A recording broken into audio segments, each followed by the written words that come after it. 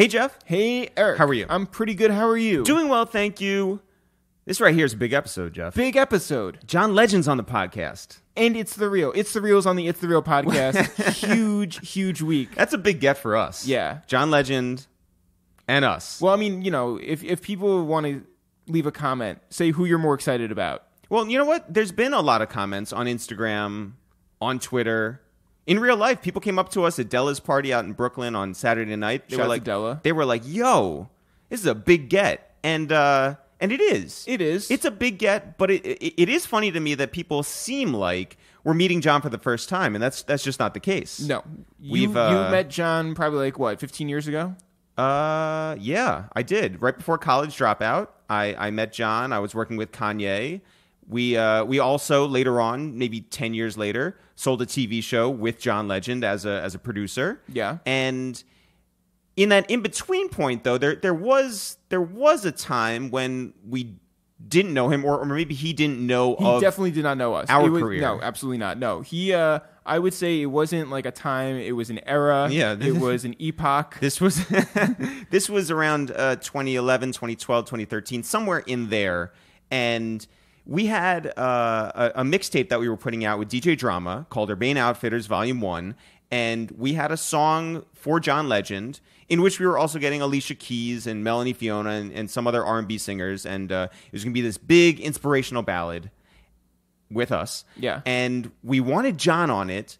And we reached out through his management, Ty Sticklorious. Mm-hmm. We say, hi, I'm Eric Rosenthal. This is my brother, Jeff Rosenthal. And together, we're It's The Real. We're hip-hop sketch comedians. And we have the greatest idea for John Legend. And we're getting Alicia Keys on it and Melanie Fiona on it and a bunch of other people. And it's going to be this big ballady song that is very inspirational. And it's going to be funny as hell. And we really, really, really want John on it. And also, here's all these other things that we've done in our career. We've worked with Cameron, worked with Nick Cannon, all these people. A lot of history, yeah. And so she's like, oh my God, that's all fascinating. I had no idea that you were doing all this. Hip-hop sketch comedians. And she's like, next time I'm in New York City, let's get drinks. And we were like, yo, this right here is going so well. So easy. How did this become so easy? Why did we wait this long? Yeah. So she comes to town.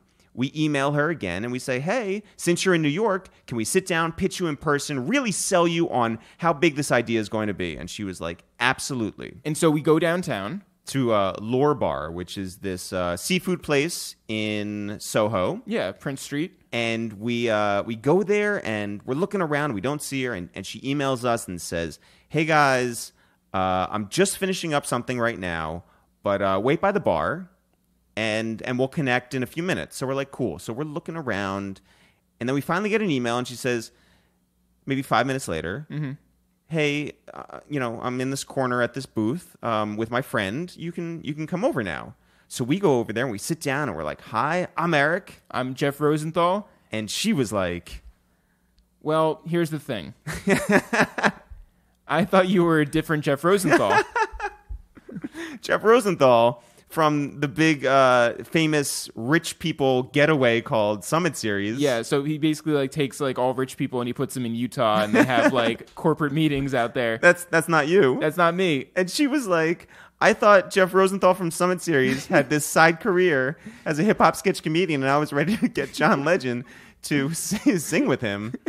You're not that Jeff Rosenthal. No, I'm not. Although a lot of people, she is the first person to make that mistake. A lot of people hit me up on Facebook regularly and say, hey, can I get you, to get me into the Summit Series or whatever? And I'm like, who I, these are people who they think you have a side career doing that getaway. And these are people who actually follow my career. So, anyway, an even funnier thing about that is that Ty became our manager.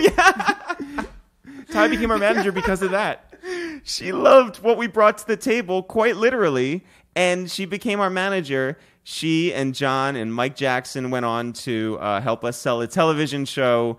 Shout out to Ty. Shout out to Mike Jackson. And big shout out to John Legend, who he has wanted to be on this podcast for a very long time. Which is bizarre. No, it's not bizarre. He's a fan. I know. He's excited. It was we had done maybe 5 episodes, 10 episodes, and he was like, how come you haven't invited me? Well, listen, he had to prove himself. Yeah. It wasn't his time. No, we had to do another 200 episodes before we were like, you know what? John Legend's all right. Yeah. So John Legend, he's got a story to tell. Is all right. It's more than all right. This is a big episode. It's a big episode. Shout out to John Legend, and big shout out to our friends over at NightBird Studios, our favorite studio out there in Los Angeles. Shout out to our friend Angelo Caputo. Shout out to the engineers Richard and Todd. They all took care of us. It was a great experience, and we love stopping by NightBird every time we're in LA. And this episode sounds so great because of them. And us. And us. And John. And John. And Ty. And Ty. And Mike Jackson. And Mike. And Chrissy. And Chrissy. And Luna. And Luna. And Miles. And Miles. And Arthur the bear. Who is all Yes. Big shout out to Is he a bear? Yeah. Oh. Aardvark? I don't Arthur the Aardvark? Yeah, now I'm confused. What is he? I don't know. He's not human. Big shout out to John. Big shout out to PBS. Shout out to everyone who was involved in making this happen. Us. Yeah. Great episode with John. Jeff, before we get into the 3 episodes that you want to recommend to anybody who's new, who's interested in listening to more episodes of this podcast, I did want to send a huge, huge shout out to Jordan Johnson on the USS Kearsarge. I understand that he is a regular listener as soon as he can get near some internet access and download our episodes. Thank you to you and your crewmates out there for your service. And also for the internet service that you are getting right now. Also, shout out to your mom, because his mother, Misty, hits us up, and she hit us up probably in, I think, in December. Mm-hmm. And she said, I'm a white lady, I'm 49 years old, and I listen to your podcast so that I can, relate to my kids. Yeah, it's really nice. She says she learned something from our interviews and that they're stellar. She couldn't be more kind.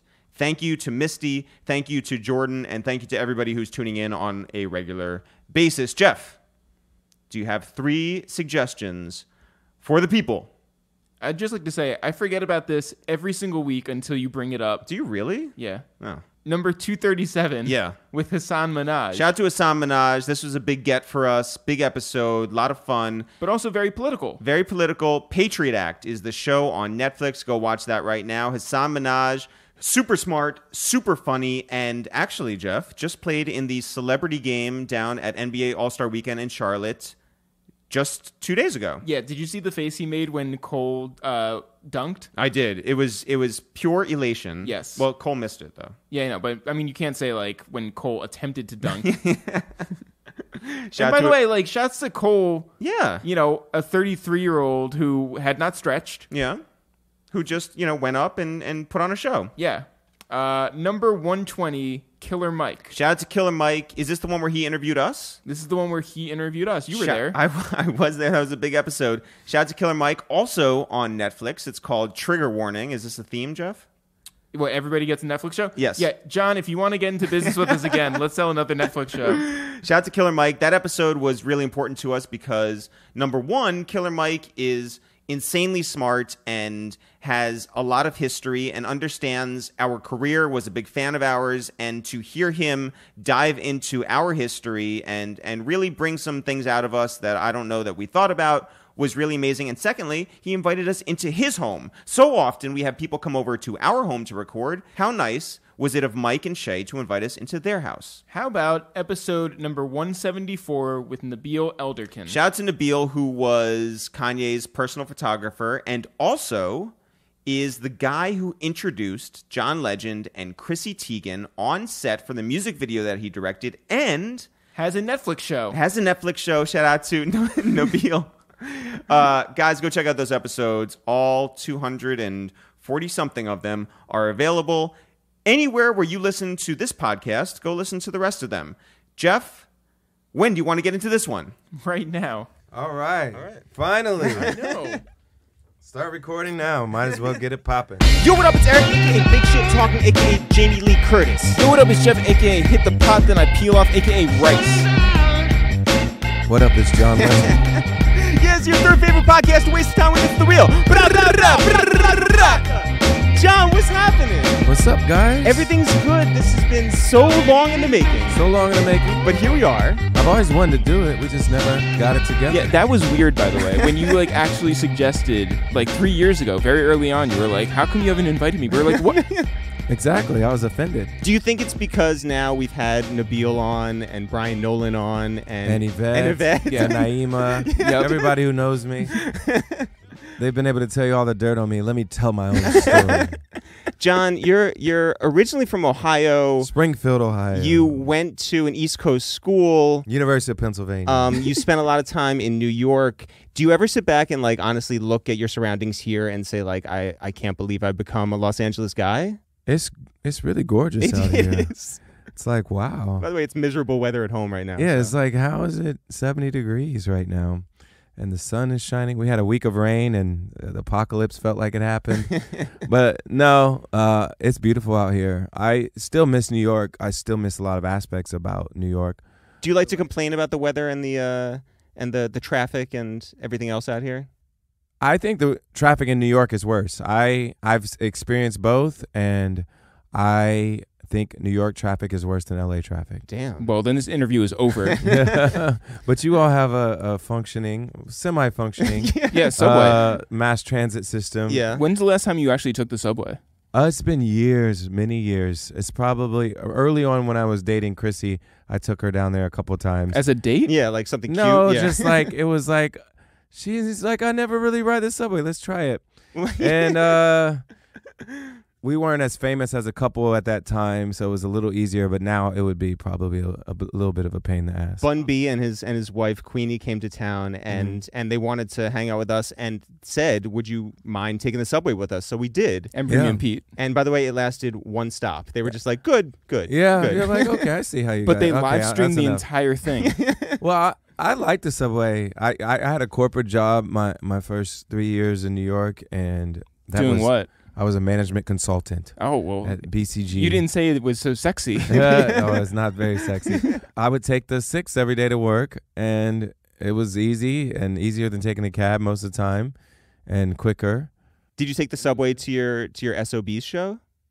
I didn't, because I had a Rhodes in my trunk, and I had a little like Honda Accord, and I would drive my Honda Accord to my shows, and we'd stick the Rhodes in the trunk. And unload it yourself. Unload it myself. I would have to get somebody to help me, but yeah, I would carry it. And Screw in the legs One yourself? of my bandmates would do it too. Yeah, we did the whole thing. Does that seem like forever ago? It does, but I really remember a lot of it. I really remember a lot of that time period, and it was very formative, and like I wouldn't be here without it. Yeah, for sure. I remember those gigs a lot, though. Well, let's go back to the very beginning. What is growing up in Springfield like? Springfield is a town of about 70,000 people. It's one of those towns whose population goes down over the years. Yeah. It's in the industrial Midwest. My dad was a factory worker, and he worked. He built trucks for a living at a place called Navistar International. He's a union worker, worked on the assembly line. My mother stayed at home with us. They both were tailors part-time. And my mother and father taught us at home as well. So primarily my mother, they homeschooled us for several years when we were kids. We went to church a lot. My grandparents ran the church. My grandfather was the pastor. His son, my Uncle Ray, was our pastor after my grandfather retired. And then my mother directed the choir. My grandmother was the organist. So I grew up in church. Grew up playing gospel music, also took classical piano lessons as a kid as well. But I was singing and playing since I was a little kid. Did you take care of your hands? What do you mean? Like, were you playing like football and like just? Oh yeah, I afraid would that, play. Yeah. I was terrible. But I played all the sports: kickball, football, volleyball, basketball. We played basketball and football the most. We had a little court in our backyard.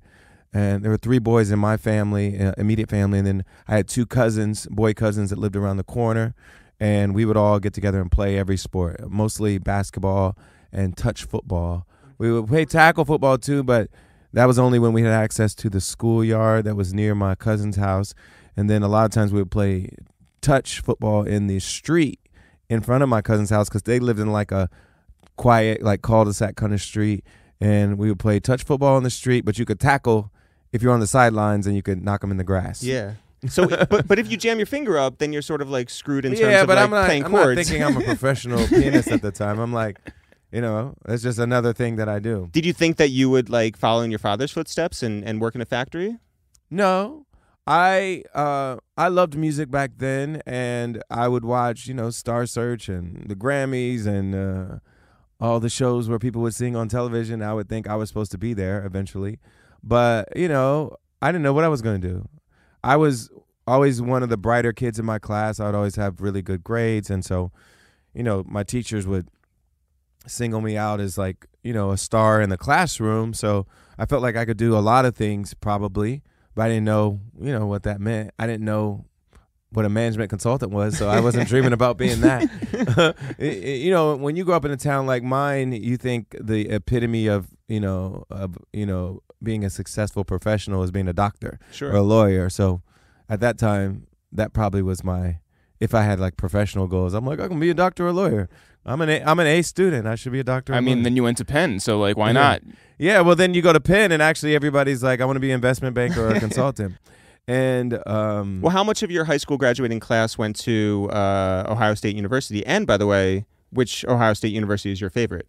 The Ohio State. Oh, wow. Ohio State. Not A or N. No, but I'm a big Buckeyes fan, actually. I say that proudly, even though I didn't go to school, but I grew up, very close to it. Just sing Hang On Sloopy for us real quick. No, but seriously, I am. And I was actually in touch with Urban Meyer for the first time last week. That was interesting. And he sent me some swag from Ohio State. Did he follow you back on Twitter?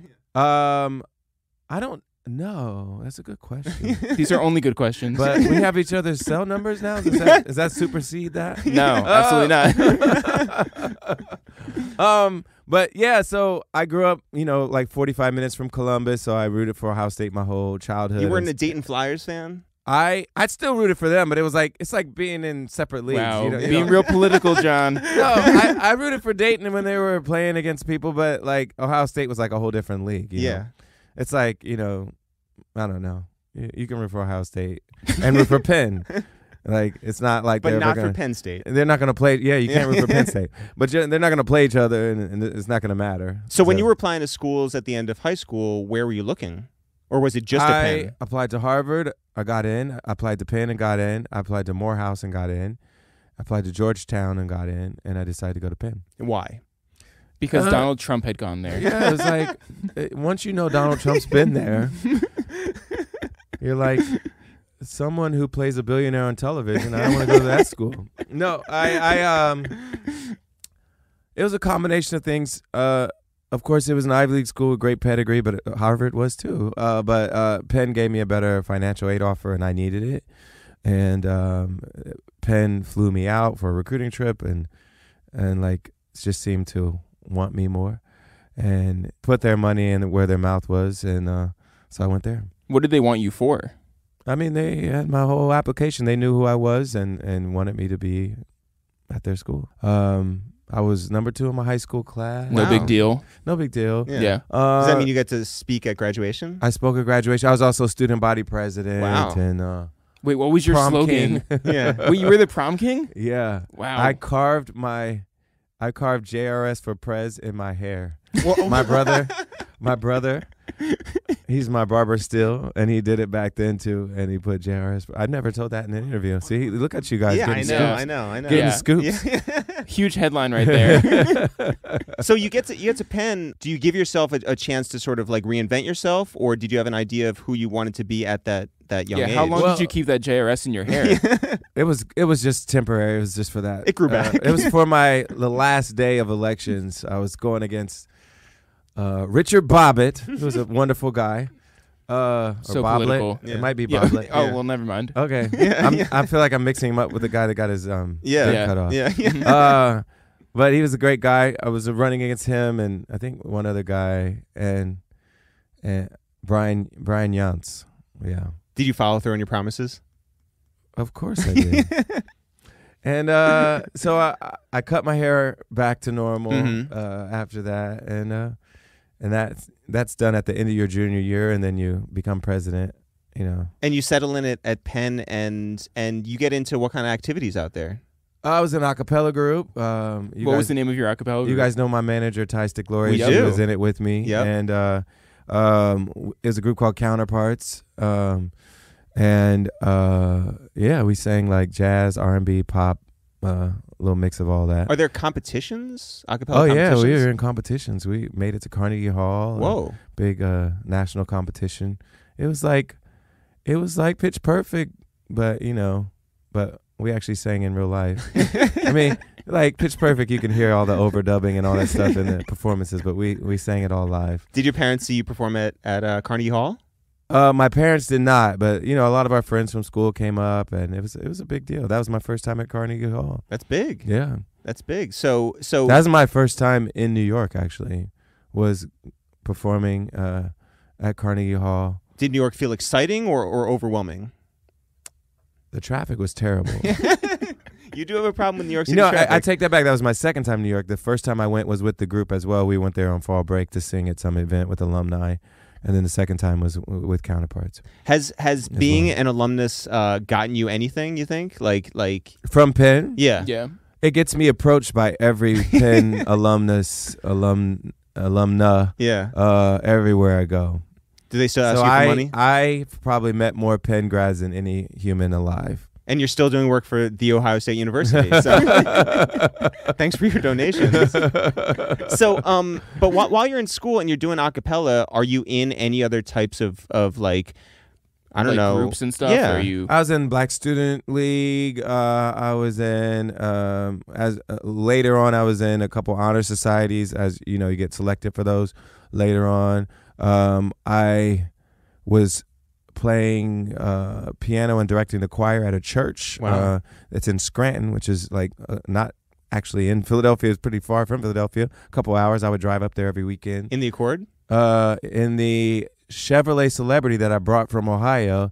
And the church came together and helped buy me the Honda Accord. Whoa. Because I was driving back and forth so much, and the Celebrity was on its last leg. Whoa. But my first car was the Celebrity. So, like, what did the church mean to you growing up?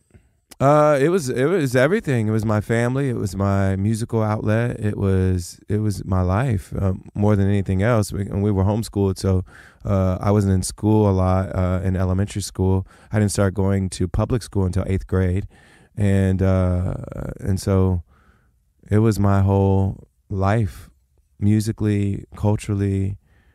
It was where my family was based, basically. So yeah, it was everything. What was your family's hat game like? Oh, my mom's hat game is serious. Yeah. And it's still very serious. I don't know if you saw pictures from my birthday. I but did. Oh, yeah. My mom was there, and she wore one of her hats, and she always wears one of her hats, any special occasion. And also shouts including to church. Pop's Tops. Pop's Tops. Yeah. Dad's hat game has evolved over the years. He started, just buying hats and wearing them. And eventually he decided he wanted to kind of bridge the gap between the more casual hat, like a baseball cap, and a little more upscale hat, like a fedora or something like that. So he made a hat that's kind of in between the two. And that's Pop's Tops. Yeah. That's dope. Go to popstops.com. POPZTOPZ. A moment about your birthday party it was a surprise birthday party, right? It wasn't a surprise. Oh, okay, it was not. I was surprised. I knew the theme, but I had no input in like decorating or planning or anything. And we stayed at a hotel the night before so they could set the house up. Got it. So I got to walk in and genuinely be surprised by the decor and the setup and everything. But I knew it was going to happen. Yeah. Yeah. I think it's hard to be like, hey, we're going to have a huge casino in your house. Surprise. Yes. But what is it like the day after?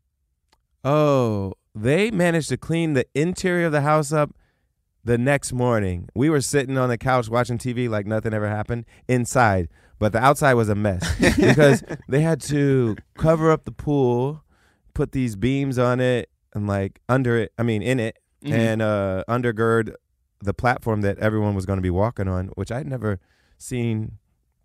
I know other people's parties have probably done that, but I'd never seen it happen. And so it was pretty intense. Wait, they Staten Island into your pool? Is that what Staten Island is? Staten Island is like, it's a trash heap, but I mean, like, that's what they, like, that is It what exists Staten, on It's a top. landfill? yeah. Okay, yeah. Yeah. So, yeah, they kind of landfilled. I'm not calling your pool a trash heap. I'm just saying. I'm sure they it's a lovely pool. They kind of landfilled my pool. and we were partying on it. Like the dance floor was there, the photo booth was on top of the pool. Like most of the party was on top of the pool, and we survived. Was there any part of you that was worried about the landfill not holding? You didn't know how to swim at that point. I believed. Yeah, church. You had faith. Yeah, Yeah. I believed. Yeah. And I can swim enough to get to the end of the pool. You know, like my pool's not that big. I can swim enough to do that. But I just started taking swim lessons so that I could be really competent, like so I could float. I still never have floated in my life, and I feel like that's going to be my biggest challenge. But I can like make it across the pool already before the lessons, but she's giving me way better technique, and it's good to get the breathing instructions and all these things that I just never had since I had lessons when I was like 5 or 6, and I hated it and quit. And so I never really learned to swim. Like, and my kids are learning to swim. They're already taking lessons. They've been taking them for months, and they don't hate it, and they love it. And I didn't want to be like on vacation in the ocean or in the pool and not be able to just enjoy myself freely. And so my dad started taking lessons in his 60s. Wow. And I decided I was going to start taking lessons after I just turned 40. So did you have those moments like on a boat somewhere where you're just like, don't want to get too close to the edge? I would always just wear a life jacket. So I would do it. I would go better in a life jacket than like a t-shirt. Yeah, I would go in the water, and I would wear a life jacket. So you did float. Yeah. So I float in that way, but I want to be able to like go without the life jacket. And so are you taking the lessons with your kids too? No, it's separate. Okay. She gives me my own, you know. I've been doing Are you more advanced than your kids? Yeah. Okay. Yeah. Like my daughter can't swim across the pool. Yeah. Well, you don't have to like rub it in. I know. Yeah, Feels sorry. like you're, like, She's 2.5. Feels like you're sunning her. She's not going to listen to this podcast. I hate to tell you. She's not a guys. regular listener. Yeah. Subscribe, rate, and comment. Wait, but how did you find an instructor? It was through our baby nurse who had worked with other kids who had gotten lessons, and the same instructor that's teaching my kids is teaching me. Oh, gotcha. So our kids got the instructor first, and then I was like, "Do you do adults?" she said, "Yes, of course." And as soon as I tweeted about it, it was like a big deal because a lot of adults don't know how to swim. And a lot of people that want to encourage adults to swim are like, "I'm so glad you tweeted this so people don't feel ashamed of learning as adults." And I think it's a good thing to learn. Well, by the way, a lot of things that you do just like on a whim, like you'll tweet, you or Christy will tweet something, and then it's just like headlines for like anything. Yeah, everything we tweet is a headline. John is the king of R&B. We're a listicle bait, and it's like people have to tweet about our. I mean, make articles about our tweets, and I guess that's how some people make a living. So that's how we make a living. Whatever. Yeah. What's besides swimming? What's something else that Luna is better than you at? She looks better in her aerial wigs than I do. Is there anything else now that you've missed out on over the previous 40 years that you really are just really trying to get into right now? Besides swimming? I was never a parent until 2.5 years ago. Yeah. I mean, there's a lot of fun things you can do, leading up to being a parent, but like it's really cool. Yeah. I love being a parent, and it's like a whole new thing. Towards the end of college, when you're looking to sort of like make that next step wherever you go, a lot of kids from the Midwest find themselves in Chicago. You decided to go to New York. Yeah. Why? What brought you to New York? Well, I went to Penn, and if you know anything about Penn alumni, they're all Jewish. Yes, one, and they all go back to New York. Yeah. And when I say back, it's because a lot of them came from there in the first place. But like a lot of my friends grew up in the city or on Long Island or upstate a little bit, like in Westchester. Yeah, Westchester, or what's the other county? Rockland County. All those counties right there. So a lot of my friends were from that area. A lot of them went back to New York to work right after school. And my first job actually at BCG started in Boston. I worked there for a year. And then I asked for a transfer to New York because I knew that for my music career, I really would be better off in New York than in Boston. And I wanted to be done at BCG, not because it was a terrible place to work, because I wanted to be a musician. I wanted to be done there within a couple years, but I ended up staying there for 3 years. And it took me a little longer to get a record deal than I thought it would. But I was making demos and writing songs in college, and I played on Lauryn Hill's album in college, and I always thought me getting signed was just around the corner, but around the corner took like 6 years of me trying. Were people like listening to your stuff at least? Yes. Yeah. So, I was doing the, playing it for managers, playing it for record execs, A&Rs, taking meetings, playing it for people who were friends with people who were A&Rs, just trying to get it out to people, producers. I had 2 roommates. We lived in a 3-bedroom place in the East Village, and walk up. Yep. Yeah, we lived on the 3rd floor. And I would carry that Rhodes up and down for my gigs. I have to call one of my friends and be like, can you come help me carry the Rhodes up and down the So would you stairs? take the Rhodes to like one of the buildings to play for different A&Rs, or Not most of the time. Usually they would have a piano in the record in the labels. lobby? In the lobby, or sometimes they'll have a little upright in the little lounges or different areas. And so I would play, and I would play my demo I had worked on with, started out working with a guy named Dan Coleman, who was an alumnus of Penn and also sang Counterparts, the group I was in. And then after that, I started working with a guy named Dave Tozer, who you guys have heard his work on my albums, since the beginning of my career. He didn't work on the last one, Darkness and Light, but he worked on Love in the Future and all the previous ones before that.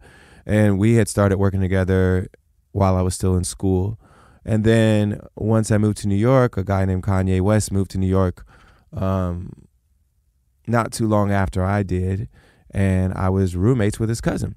So Devon Harris was my classmate at Penn. We were roommates at Penn a couple years, and we were roommates in New York for a few years as well. And he was like, my cousin's moving out here.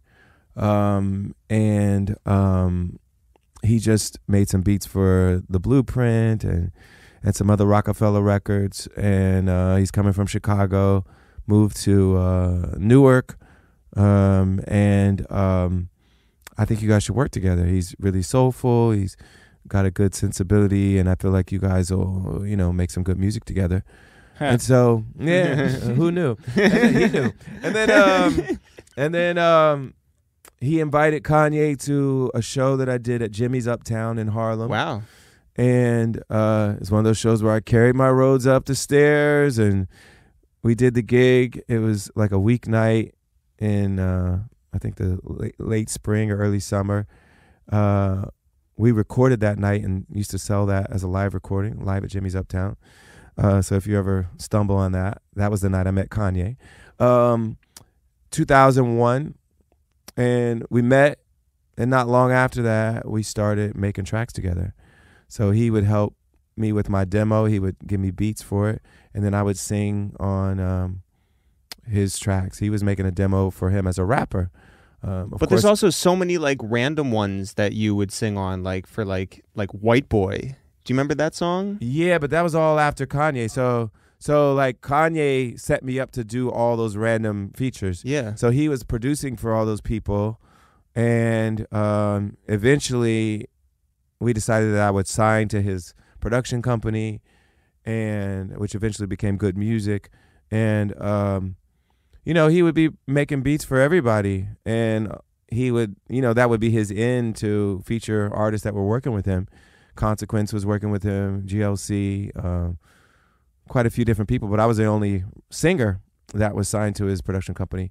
And so whenever there was an opportunity to feature a singer, he would find that opportunity and try to angle me into any kind of opportunity. So before I had a record deal, I would sing on White Boys, and then Slum Village, and Dilated Peoples, and Kanye's, of course, and Consequence, and just a lot of people that were working with Kanye. Encore, I sang on with Jay-Z. I sang background and did a little writing with Alicia Keys on tracks that Kanye was working on with her. So, would you go to Baseline? Yeah. We go to Baseline. A lot of our work was at Quad and Chung King and all over New York, all the studios that disappeared. Yeah. Did you feel like just being like in these circles was like a better way in than maybe the playing for A&Rs and doing shows or doing demos? I think the combination worked because it was like the combination of me playing live and developing myself as a performer and developing an audience was helpful. One of my shows was at SOB's. Kanye opened for me. Wow. And no one knew who he was really. Yeah. He was like becoming big as a producer, but my audience didn't know who he was yet because he wasn't like a household name in any way. And you were still John Stevens. I was maybe. I'm not sure at that point. But he opened for me. I think I was still John Stevens because one of my friends said, "We want John Stevens" when Kanye was performing. We still laugh about that. But yeah. Did you like the name? He's like, it's hard. I think it's really hard for a rapper to sing songs to an audience that doesn't know the songs, because if the sound isn't perfect, you can't really understand what the lyrics are. You've never heard the lyrics before. It's really hard to enjoy rap live if you don't have that connection to the artist already. And it's a tough room. Yeah. Yeah, you've got the two big pillars there. Yeah. Did you so Kanye gave you the name John Legend? He did not. Oh. A guy named Jay Ivy. Oh yeah. Who was a friend of ours. I just saw him in a random commercial the other day. He used to have dreads back then. Yeah. He was doing a lot of spoken word, and he's really just a wonderful guy and a talented guy. And we were out here after Kanye's accident, 2003. We were out here in Los Angeles, and we were working at Record Plant and working on the College Dropout. And I was singing all these parts on the album. Some were more featured, some were just background parts. And he was like, "We're going to have to start calling you the legend." And because I was like kind of like just getting in where I fit in and doing all kinds of stuff. And, my voice always reminded people of a throwback to a different era. Mm-hmm. And I just think that name, the legend, kind of resonated with him, and it resonated with our crew. And eventually that morphed into John Legend, and Kanye was like, "Man, you just got to call yourself John Legend. That's going to be the ticket." And did you like the name at first? I just laughed at it. I wasn't thinking about changing my name. I was fine with John Stevens. And now in retrospect, I'm like, of course I should be John Legend. Like, clearly that sounds cooler. But at the time, it felt weird. It felt like I was a put on. A put on. It felt like presumptuous. Really. Yeah. I mean, you're how old? I was, it was like 2003. So. And you have no you have no music like out. You're calling yourself John Legend, and I'm like, I don't even have a record deal. How am I a fucking legend? But the other side of me was like, well, let's put it out there. Let's like say, this is who I am. Let's say that I believe that this can happen, and then let's not go into my career worried that I'm going to fail and that this name will be some kind of joke. Yeah. Let's go into it trying to live up to it. How'd you explain it to your parents? I forget, honestly.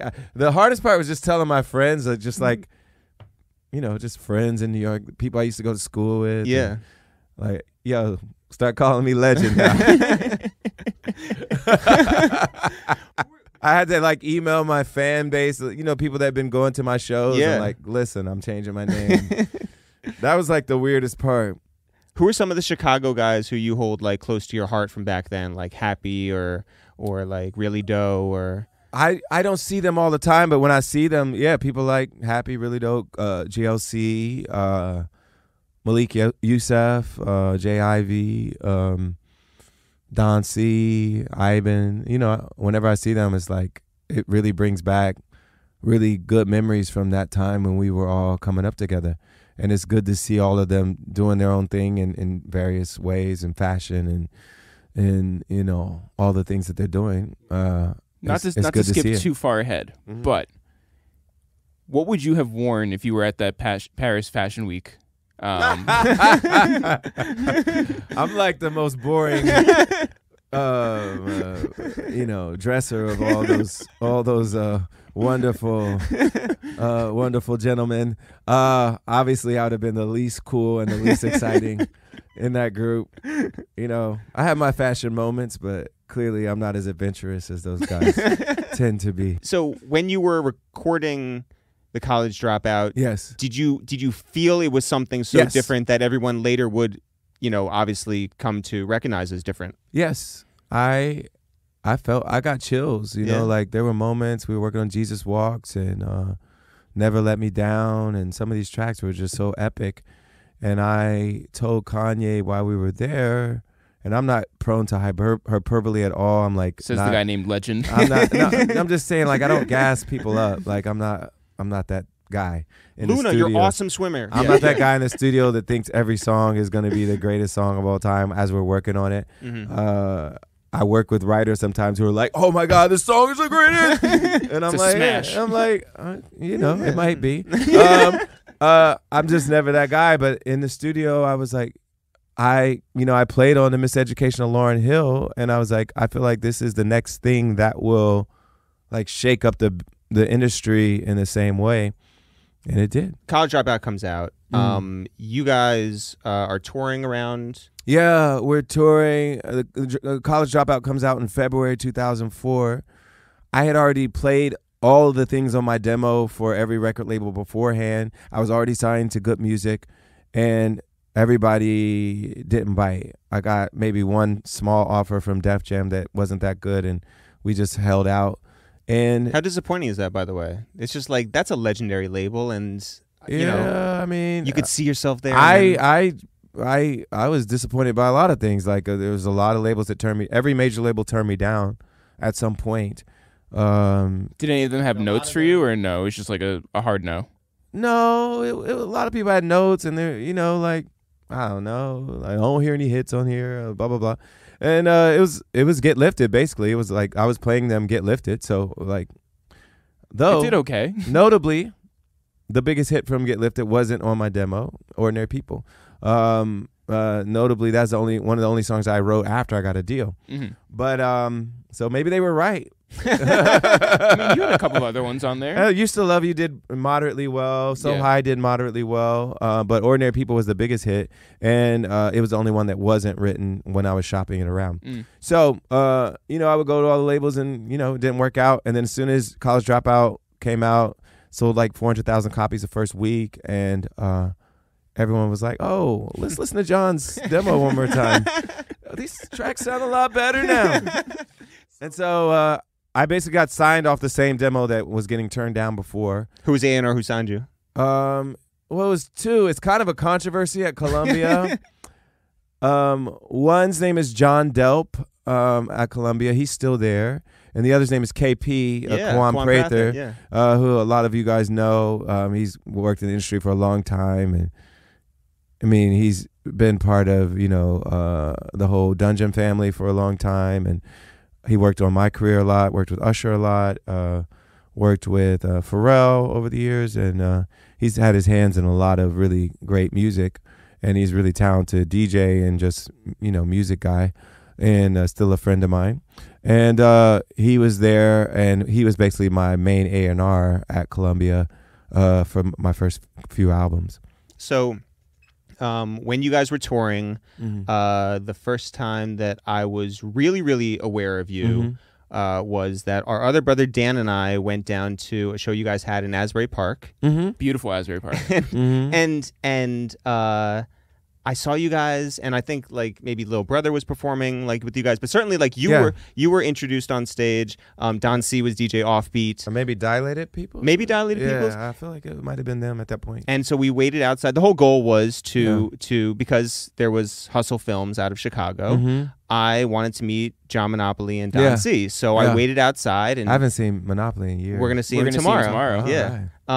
And I introduced myself to Consequence, who was like, if you want to meet these guys, buy 2 of my mixtapes. And so I did. And he signed them, which was very nice. And then this started this relationship with those guys and with Kanye that eventually brought me out here. But I was with all you guys and met you for the first time in rehearsals in New York before the launch of Good Music at Duvet. Oh, wow. That DJ I remember Enough that was spinning Duvet at. party. Yeah. And I was Kanye's videographer for that point to let Kudi and Chike, like, you know, it's all coming back to me. Yeah, and it was wild just to experience that from my lens too, right? Yeah. Like, and then obviously, like, we know you today. We're still friends with Don and John Monopoly, A-Track, and Love A-Track. Nabil. I met when we came out here for the Grammys, and all that. But it was magical for me. But what was it like to be in the midst of it, knowing that you were there at the inception and seeing it recognized on the biggest musical stage? I mean, it was amazing. It was amazing to be part of the College Dropout. It was amazing to have that lead to me getting a record deal, have it lead to me doing Get Lifted, have it lead to all the opportunities that have come since. I mean, and seeing all the success that all of us and that crew have had over the years. I mean, it's crazy. Yeah. Who would have known? We believed that this could happen, but like... Did you feel like underdogs for a while? Yeah, I think everybody who's trying to get a record deal feels like an underdog, though. It's like everybody who's trying to get their music out there. It's like, it's a combination of being like having the audacity to try, but also feeling like these people don't know what they're missing out on, you know? Like, I'm going to show you. Yeah. So what was it like? Who did reach out to Snoop to get him on the album? Well, that's another Penn friend. My friend Ted Chung is Snoop's manager and has been working with Snoop for years. He grew up in Los Angeles, and he was rapping when he was like young and when he was at Penn. And we would all like make music together. And see, these are the Penn connections that really answer the question from before. Yeah, we all hung out. DJ TJ was there too when I was at Penn. Wow. And so that was an easy phone call then to make. Oh yeah, like Ted and I are still friends. Like he was at my birthday party, and we text and talk, you know, occasionally. And did Ted leave your casino party up or down? It was all fake money. His wife is like super pregnant right now, which is exciting. Congratulations.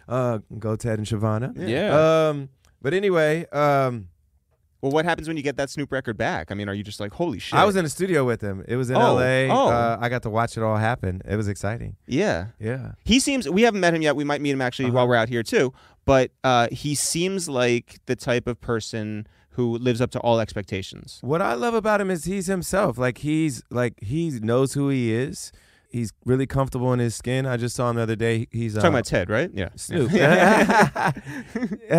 He's going to be a guest judge on our Netflix show, Rhythm and Flow, and you know, he's Snoop all day, and I think that's dope. I feel like that's like to me that's like what shows when somebody's cool is like when they're them all day. It's like they're not. It's not a thing. It's not a like an act they're putting on. They're like themselves. Well, so now start naming some celebrities who are not the way they seem. Do it, John. We want to go viral. No one will know.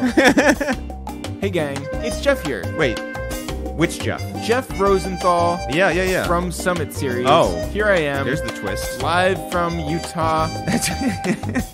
Jeff, I have a question for you. Yes. Where can I go if I want to get in and rub elbows and hobnob and shake hands with the rich, with the elite, with the powerful? Come on down to ItsTheReal.com, my side hustle that I do in the hip-hop space. More specifically, if I go to ItsTheReal.com/shop, what can I get? You can get some real business tips.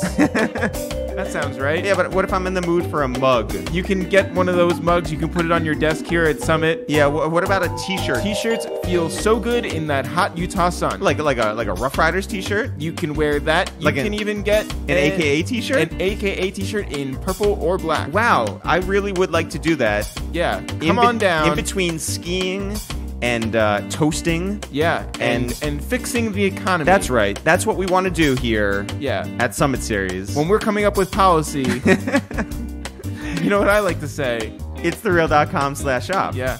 Go there now. Get your merch. Don't be a bummit. Says Jeff here at Summit. All right. Yeah. And now back to the podcast. Yep. Did you like speak about politics? Did you talk about politics with Kanye back in the day? No. Never. So then it just like, it's only when he became more like vocal about these new politics? I just never thought of him as a political person ever. Even with the George Bush stuff? No, just never did. I mean, he would talk about it occasionally on records and in public, but he's not particularly political. Like, I have lots of friends that I'll just sit and talk about what's happening in politics, about policy, about just the game of it all, who's going to run, blah, blah, blah. Yeah, I don't imagine him like that. People that are like genuinely like stimulated by that kind of conversation, I've never known him to be that way.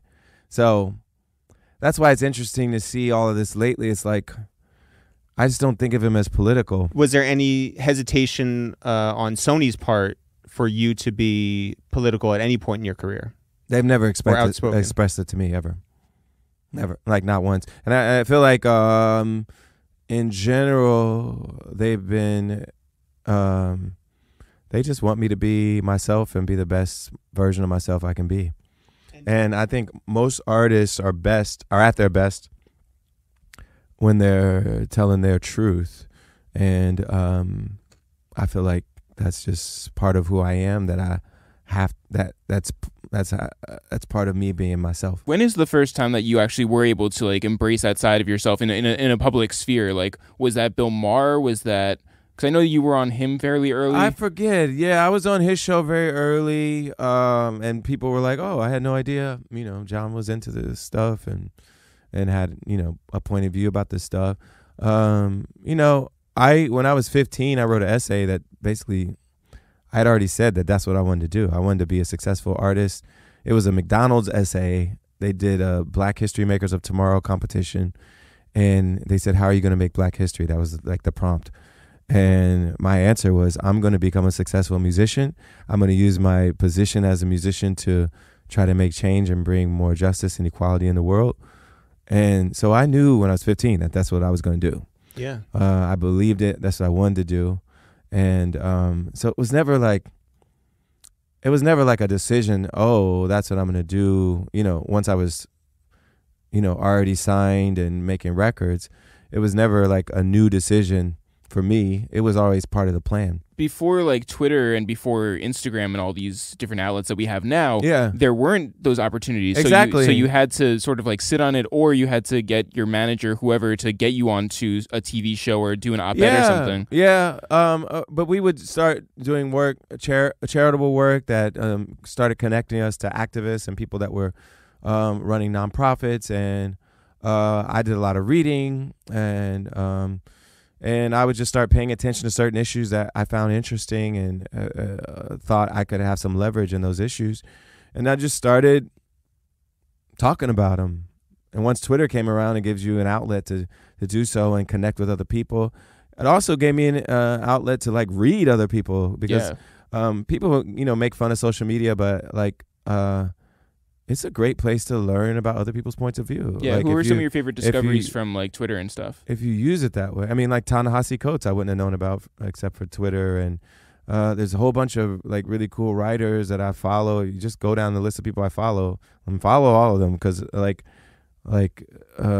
find them interesting, and I find their points of view interesting. I don't agree with everything everyone says that I follow, but at least find them provocative and like make me think about certain things and make me reconsider things that I've already thought. And I've seen myself evolve over time and pay more attention to certain issues that I hadn't thought about before. And I think that's been the good side of social media. And I think, not talking about like the bad side. You hear like certain comedians saying you can't say shit anymore, you can't say anything. But I think what's happening is we're hearing other people's points of view, like people that didn't get their voices heard before. Like, I didn't know any trans people like when I was growing up. I didn't know any in my 20s. I didn't know any in my early 30s. Now trans people like have more of a voice, and so we're learning what offends them. We're learning like what, some terminology that makes them feel more comfortable and more like, and people are like, I don't want to have to say they. Just, you're like, get over it. Like, can you just be a nice person, be polite? And like, if someone says like, I'd rather be referred to this way, just say it. It's not that hard. So listen to people. I feel like social media has allowed us to see people that weren't seen before and hear people that weren't heard before. Yeah. What is the most Upper West Side, New York Times reading, bleeding heart liberal thing about you? I feel like I'm to the left of a lot of the Upper West Side liberals. You just want to burn it all down. Well, like, I mean, do you have Chris Hayes on your phone? Yes, of course. I listen to this podcast. I love Why Is This Happening? So yes, that. Let's get back to like a good time in the White House. Mm-hmm. What is it like stepping foot in there? Do you remember the first time you went to the White House? The first time. When was the first time? Was it to perform? I don't think it was. I think we went on a tour pretty soon after Obama got inaugurated. We were there for the inauguration, but we didn't go to the White House. And pretty soon after he got inaugurated, I went there for like a random tour. Like on a day we were already in D.C. for something else. And then I performed there, I think, the first time for a Motown tribute that they did. They would do, those nights, those music nights. Yeah. And we did a Motown tribute. I sang Heard It Through the Grapevine. Yeah, so we had lots of different moments when we would come in and perform. I performed at the First Lady's 50th, I think. Casino night. How's the sound at the White House? Well, people ask me how's the sound, but I always have ears on, so Oh, true. my ears are the same everywhere I go. So I don't know how it's to you guys, but I know what it sounds like. Better to than me. SOBs. 2 giant pillars. Yeah. So I always have my in-ear monitors Yeah. on, and so I hear a completely different mix than everybody hears outside. How well did you know Barack Obama as a senator? The first time I heard of him was when he spoke before he got elected at the Democratic 2004. Convention, where Kerry, was nominated for the Democratic nomination for president, and I was impressed by him. And as soon as he did that, people were the same kind of buzz they've had about Kamala or about Elizabeth Warren or other people over the years. He was that guy at that time. And everyone was like, watch out for him. Who knows? Could be interesting. And so when I went to Chicago on tour during the Once Again album, I went there and my road manager, Hassan, was friends with one of his staffers in the Senate office. And, they were like, Senator Obama would love for you to come by and just say hi. And so we went by there and just sat with him for like a half an hour, just talked about a little bit of everything. He hadn't decided if he was going to run or not. I think it was the fall or winter of 2006, because Once Again came out in, I think, late September of 2006 or mid-September. Were you the one to convince him to run? No. Can we run with that? Yeah. You can try, but it's not true. But I did tell him, if you decide to run, just let us know, and we'll try to help out in any way that we can. And did you? Yeah. Yeah. I did indeed. I lived up to my word. He ran for president, and the rest is history. Going back to the music, first time you met Will.i.am, Yeah. what was that like? The first time I met Will.i.am, I was managed by a guy named David Sonnenberg, who managed the Fugees and Lauryn Hill and Wyclef as solo artists as well, and eventually started managing the Black Eyed Peas. And I was introduced to him through my lawyer, who's still my lawyer now. I was his first client. His name is Aaron Rosenberg, and he now is like, Justin Bieber's lawyer and J-Lo's and all kinds of huge artists. You made it hot. And yeah. I was his first client. So anyway, and he went to high school with Devon, who's Kanye's cousin. So Devon introduced me to my lawyer and to Kanye. So I wouldn't be here without Devon. Yeah. So shout out to Devon. Anyway, Look at Penn. look at Penn. Look at Penn. Black people at church, we say, look at God. So we're saying, look at Penn. So anyway, will.i.am. So my manager managed will.i.am, and he knew I was working with Kanye already, but he was like, let me introduce you to some other producers that can help you make your record. And the first one he thought to introduce me to was will.i.am. And the first session we did She Don't Have to Know, which is on Get Lifted. Yeah. And that was pretty cool. And we did a few, I think maybe one other track for there. No, I think that might have been the only track on Get Lifted. And then we did a few more for Once Again. And I did some tracks for Black Eyed Peas. Wrote some hooks with them. Ordinary People wasn't with them? Oh, Ordinary People. I forgot about that. Because he didn't end up producing Ordinary People, so I forgot the context. But one of the sessions we did together was presumably a Black Eyed Peas session. It wasn't for my demo or for my album. So Interscope paid for your biggest hit? Yeah, basically. So we're at, I think, Hit Factory or Sony, one of those studios up on in Midtown West that don't exist anymore. Yeah. And we're working on the Black Eyed Peas, and he enjoyed writing with me, and he would have me just come in and write hooks for them that I wasn't intended to sing, but that who knows what would happen with them. We would just brainstorm ideas, and he would play me beats, and we see what would happen. One of the beats was kind of loosely modeled after the la la la la la la from My Sharia Moore. Yeah. But he had kind of flipped it and done a lot to it. But a lot of the underlying chords for Ordinary People have a lot to do with that section of My Sharia Moore. Anyway, we're in there, and I start singing. I always have a little handheld mic and just start singing melody ideas. And with the bubbles of the people, over the beat, and it's like a hip hop beat. And eventually, I come up with the lines for it. We're just ordinary people. We don't know which way to go. Because we're ordinary people, maybe we should take it slow. Take it slow. Oh, oh, oh. All that happened in that session. And I was into it. I loved it. And the more I thought about it, like after leaving the studio, I was like, I think that might be cooler as a ballad for me than as a hip hop, hybrid, something. Futuristic, something or other. Yeah. I reached out to him and was like, let me take that chorus with me. And I'll let you produce whatever I come up with.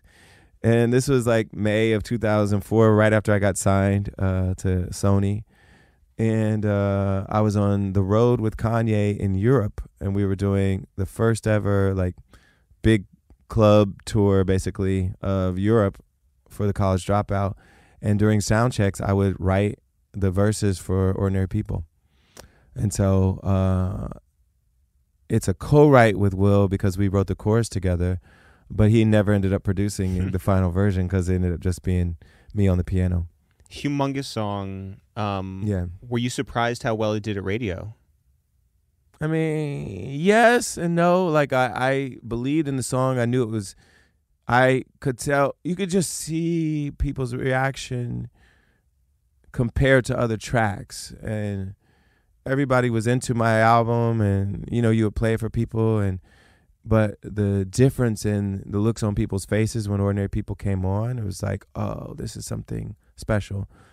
And very few times in my career have I had that marked difference between the rest of the tracks on the album and a single song. All of Me was like that as well, and of course that ended up doing. That did okay. It did okay. Right. Yeah.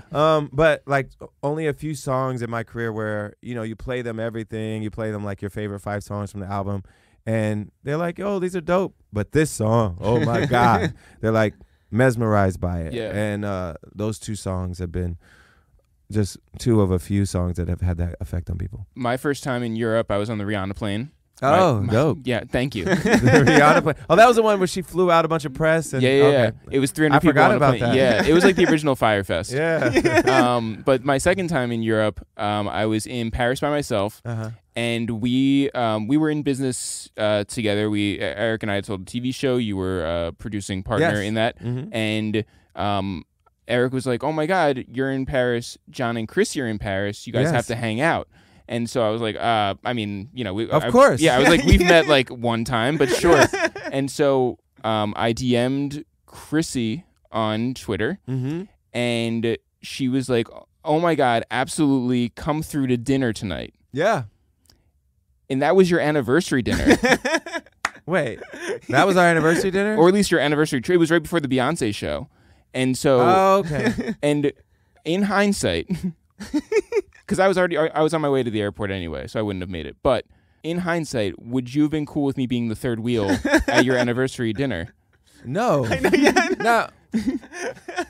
I don't think Chrissy would have invited you to the anniversary dinner. I don't know. We Chrissy were there, and I are pretty close. We were there on like an anniversary trip, so it might have been a dinner around our anniversary. However, one story she likes to tell is that one of my ex hookups just randomly walked up to us when we were having our anniversary dinner. What? Like, she's like very attractive girl. She walks up to us and, "Hi, John." And she's like French, but she was living in New York at the time we were hooking up, and we weren't like serious, but you know, clearly you could tell just from our interaction we had the sex before. Yeah. And so it was quite a moment for us to be sitting there at our anniversary dinner and have a different kind of third wheel show up. She wasn't mad at me. Chrissy wasn't mad, but it was just a moment. It was something for us to reminisce about over the years. What's the weirdest way that Chrissy's introduced you to somebody? Oh, I don't know. I can't think of that. She refers to us as her black friends. Yeah. And there's a story behind that. Oh. But like we're going to say that for our podcast with her, I guess. Oh, Right. Yeah. But at your I'm her black husband. at your Get Lifted 10th anniversary Yes. In New York. Yes. And we were there that night, and she would introduce us to random people as her black friends. Yeah, like Kevin from The Office. And there was like and there's no context Yeah. to it. It's just these are my black friends. I like it. Yeah. We got to explore this. I know. It will confuse everybody when they listen to two Jews and a black I dude. know. Because if you guys are the black dudes, Oh, Well, they're the real whole- Jews, though. we get the enough whole strife. title's Yeah, just, yeah. it's screwed. Like, you know that like all the commenters, because we have the, people might not know, we have a podcast called Two Jews and Two Black Dudes Review Yes. the Movies. It's us and the Locks. Yeah. So And- who are the two black dudes? Is a question. Right. Well, yeah. Well, But also, all of the Locks' followers believe that according to the Bible, Styles they're and black Sheik Israelites. are the Yeah. real Jews. Oh, okay. And we're just like, and I- so My brother is a culturally- black Israelite. does anyone My look at younger Wale brother. standing next to Jerry Seinfeld and be like, which one's the Jew? Yeah. My younger brother is a black Israelite. So Shout out to him. yeah. what does he think of our podcast? I know, he should come on. I don't know that he's listened to it, but I'll discuss it Wow. with him. So Luna hasn't listened. Your I brother know, hasn't yeah, listened. This is Yeah, a family what's thing at up this with our point. family? Yeah. So, Yeah. John, you got married in Lake Como. Yes. We don't know the geography of Lake Como, but like, where is it in relation to George Clooney's property? Not far. Okay. Do you know him well? We're acquaintances. We've Is had, he a good neighbor? I mean, we've had dinner with him a couple times and with Amal and maybe that's the most liberal thing about you, by the way. Just it's friends the most with like George white Clooney. liberal thing about me. I have plenty of black liberal stuff, but that's very white liberal. The one of our favorite pictures of all time, and I guess it's probably one of your favorite too, is the Waffle House picture. Oh yeah, that was a good picture. How did that evening, end it up was in Waffle a House? Super Bowl weekend, and we had all gone to. I think Kanye performed that night at one of those DirecTV big parties they always throw, and we were hanging out with Kim, watching Kanye, and You're all dressed up. we were like, let's go out to eat. So we went out to eat. We had planned to go to some other chicken and waffles place, but it was closed. It was more like a little more upscale. And they were like, let's go Waffle House. And what was the reaction when you walked in there? Everybody's like, oh my God. Of course. And they all looking at us like, oh my God. And Who took the picture? one of Chrissy's friends. Wow. We knew it was a moment. Yeah, like, yeah. obviously, we knew it was going to be like a social media moment. And did anyone ask so we milked it that night to have their picture taken with you? Oh yeah, I mean all the time. It's interesting. Those pictures didn't, make a splash, but yeah. I mean we posted ours. Yeah, so, yeah. We have a few more followers than the remainder of the Waffle House patrons. Your second, third, fourth, all your albums since your first one have a number of songs that we were just listening to right before we came down here, and still have resonance with us. Is there a favorite album that you have? Is it your collaboration with The Roots? Is it your second album? I mean, like, what stands out to you? I have always had a special place in my heart for Once Again. Like, I personally like it more than Get Lifted. A lot of up-tempo stuff. And no? Not really. It's like more moody.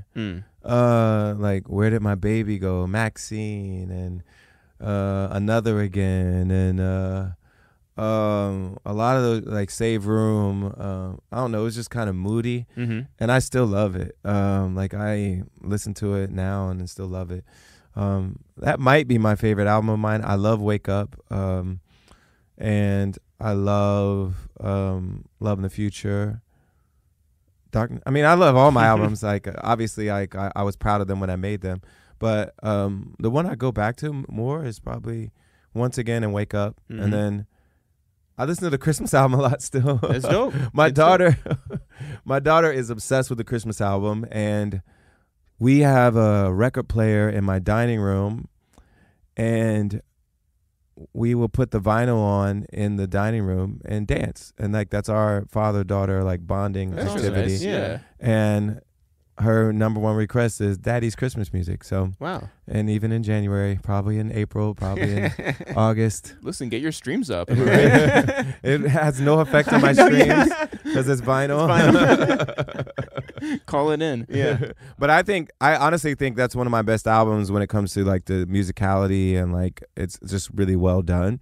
Raphael produced it really beautifully, and all the playing is beautiful. But obviously it's kind of a season, and we'll bring it back. But it doesn't have to be. But we'll bring it back next season. Yeah. Like, I have that Alvin and the Chipmunks song stuck in my head all the time. And there's no reason for that. Yeah. Yeah. And music is music. It feels good no matter what. But, our goal in making it and our thought going into it was making an album that would be perennial and would feel like it was timeless and feel like a classic immediately. So that's what we were going for, and hopefully it will live up to that. Do you ever go to like Nordstrom or whatever and just start playing on the piano? Not really. We did it in the train station in London as like a gag, like it was a PR stunt, of course. But I didn't ever describe it as that. but it was like we had a new single coming out, and I played in the train station. It was really cool. Yeah. But we called the press beforehand. What's the best piano that you've played on that's not yours? I don't know. I mean, coolest. I've played on like Elton John pianos. Wow. Yeah, I played on some, storied pianos, let's put it that way. But I'm not sure what sounded the best. But do you like when you play on Elton John's? Yeah. Do you like go all out and do like, I'm Still Standing or something? Like, something that's like totally Elton John? Well, we did a duet together. Yeah, but that's like half Elton John. Do you go full Elton? Yeah. No, I mean I don't go out of my way. I feel weird. It's like going to Guitar Center. I'm like, he's right here. Like, we wanted to hear what Elton John's song sounded like. Just asked him to play one. Can you talk about Stevie Wonder for a little bit? Yeah, of course. Do it for like half an hour. Yeah, just go. Oh, okay. Yeah. What's he like as a human being? He's really generous. He's really funny. He's really soulful. He's a really good human being as far as I can tell, and I've spent a lot of time with him, both musically. The first time we worked together was singing a mashup of Ordinary People and My Sharia Moore at the BET Awards back in 2005, and that was pretty amazing. I was meeting my hero and singing his song with my song that was influenced by his song, and that was pretty amazing. And then over the years, we've sung together many times. He, of course, played on my Christmas album. That was the first time we actually made a record together, which is crazy. Yeah. Because he sang at my wedding, I sang at his wedding, and we performed live together many times. What'd you sing at his wedding? I sang, I can't remember. I'm Still Standing? I'm forgetting. What did I sing at his wedding? Damn. What did you sing at yours? He sang Ribbon in the Sky at my wedding. Wow.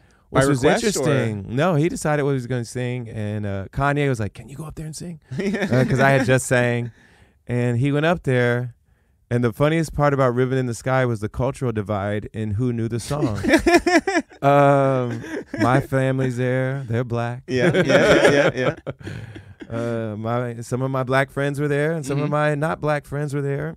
Chrissy's black friends were not there. And you guys weren't there, but Chrissy's family's white and Asian, and it was very clear that Ribbon in the Sky really only got traction with black people.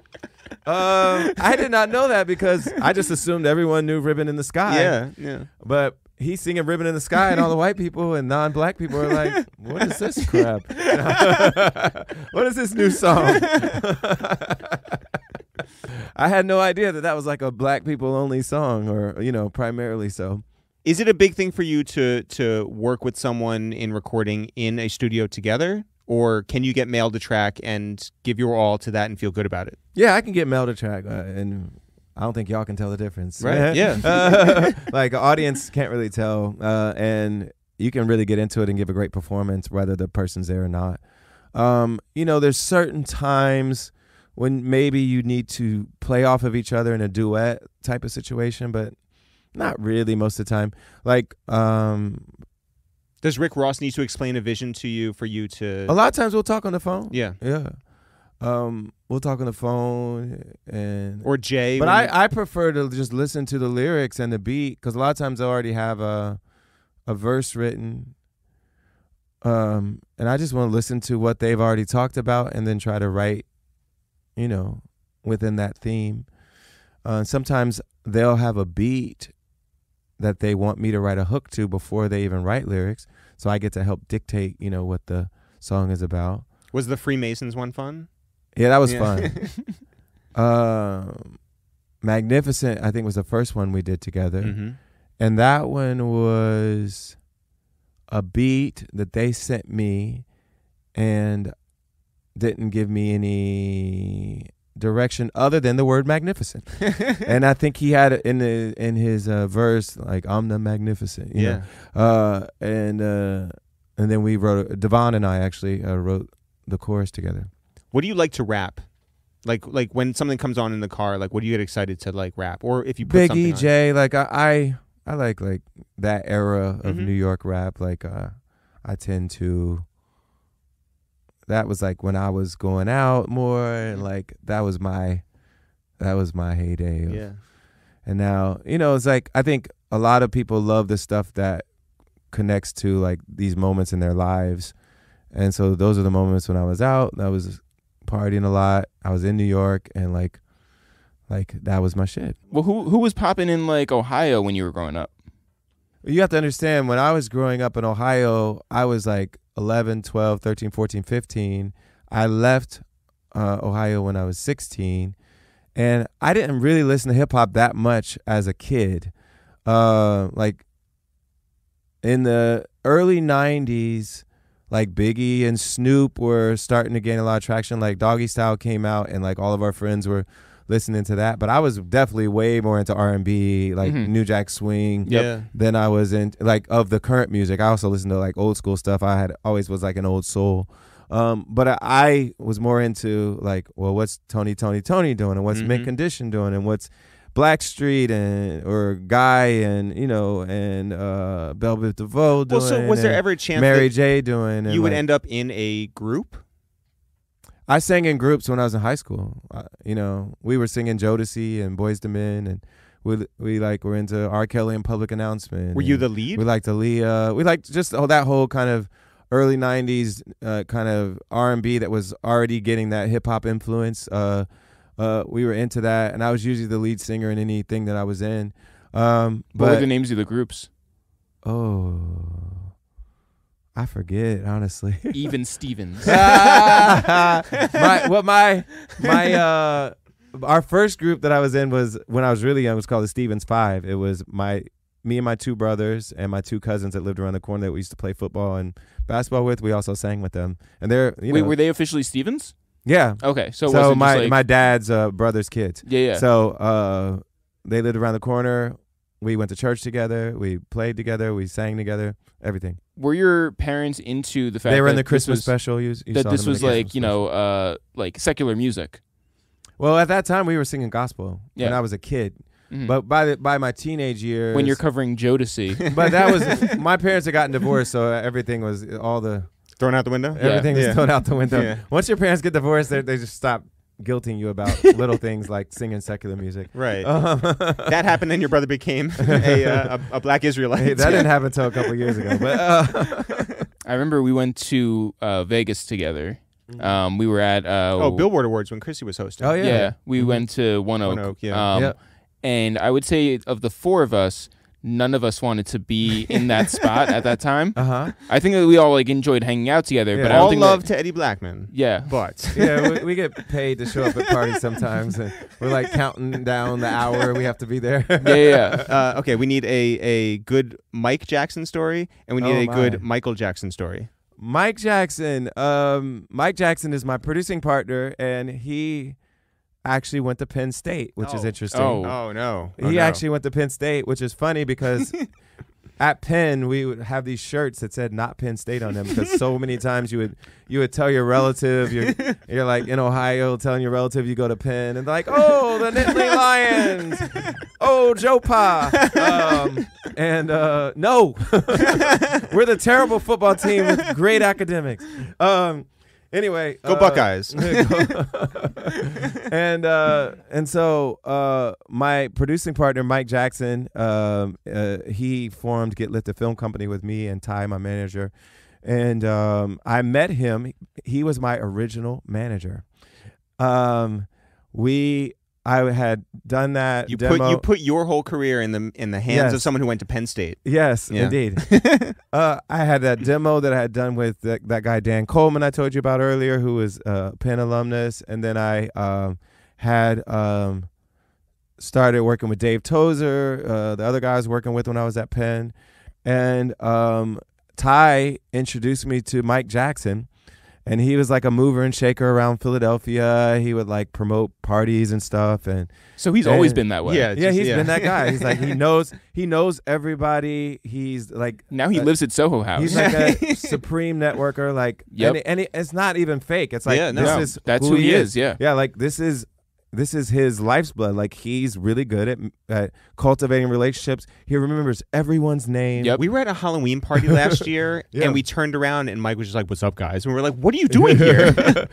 I forget everyone's name. Mike knows everyone's name. He remembers their credits. Like these are. Oh, he's good your Gary from Veep. Yeah, he is the perfect producing partner because in Hollywood that is like your currency. You have Yeah. to know people's names, Sure. know their credits, know what they do, and how you can work with them. Yeah. And And also like- small talk them. Yeah, and Yeah. small talk them, and he's really good at it. Yep. So anyway, at the time he was doing that in Philly, and like he was like big man, on non-campus in Philadelphia, and he and a business partner of his started managing me. He was my first manager, and that didn't work out. I didn't get a record deal. I was getting frustrated. Ended up signing with David Sonnenberg, and then eventually after all that, meeting Kanye and all those things coming together, I got a record deal. But Mike started using that networking ability to work in TV and film. He was working for a production company out here, and he started to realize that him knowing me and my reputation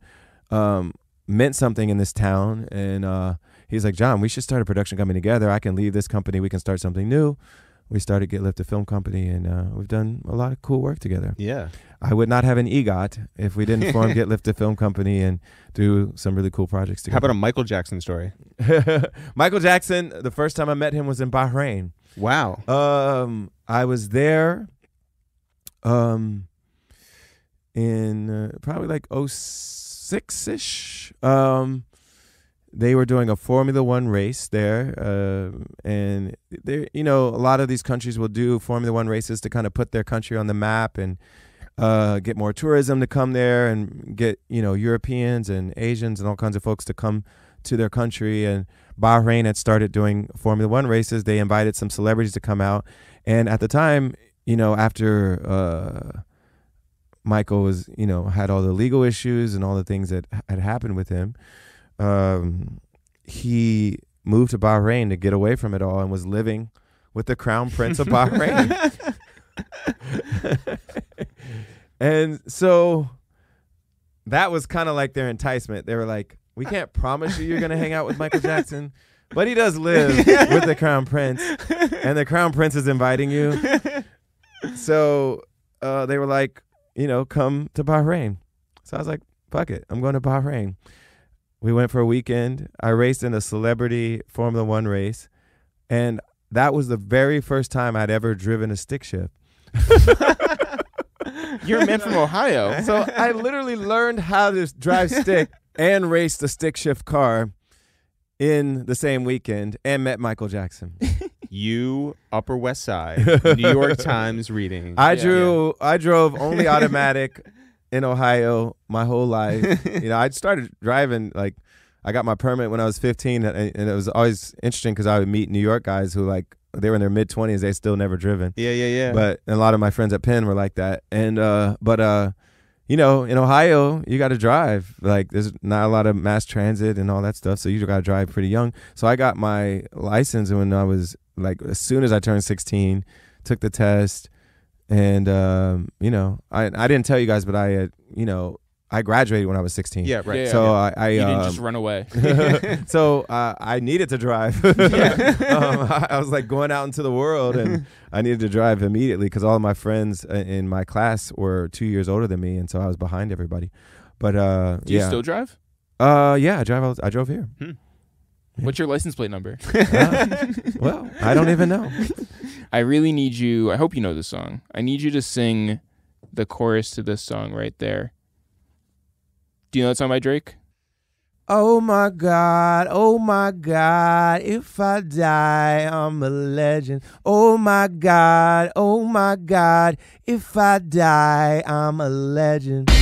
Amazing. Yeah. That's all I ever wanted. All right. For the past 4 years. Well, John, congratulations on everything you. that's happened up until this point. Thank you. Thanks so much for coming through, and we'll see you soon. My pleasure. And now we can stop bothering you about doing our podcast. I always wanted to. It's just truly never worked out. But this was easy. Thanks so You much. guys are 6 minutes from my house. Yeah. I'm going to drive right back up, and it was a great way to spend an hour. Right Yeah. on. Thanks, John. Thanks everyone for listening to this new episode of A Waste of Time with It's The Real. Jeff, if you want to find out more about us, I'm Eric. You're Jeff From Summit Series. from Summit Series. Here I am. And together, we are the hip hop sketch comedians. It's The Real. If people want to find out more about this podcast, it's called A Waste of Time with It's The Real. Or Summit Series. And if people want to find out anything that's going on with us, which Jeff Rosenthal you are, Yeah. where can they go? Come on down to Provo, Utah.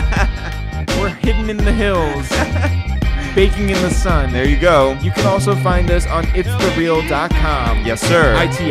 ITSTHEREAL.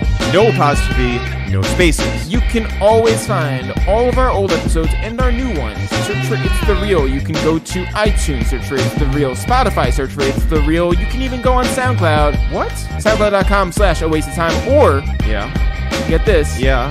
Castbox. All right. People fucking love Castbox. Shout out Go to Castbox. Castbox. If you listen there, just good for you. Good Yeah, for us. Good for everybody. Good for everybody. We all love Castbox. Jeff, if people want to find us on Socials, go to Twitter at It's The Real, Facebook at It's The Real, also Facebook, Yeah. Jeff Rosenthal at summit.co.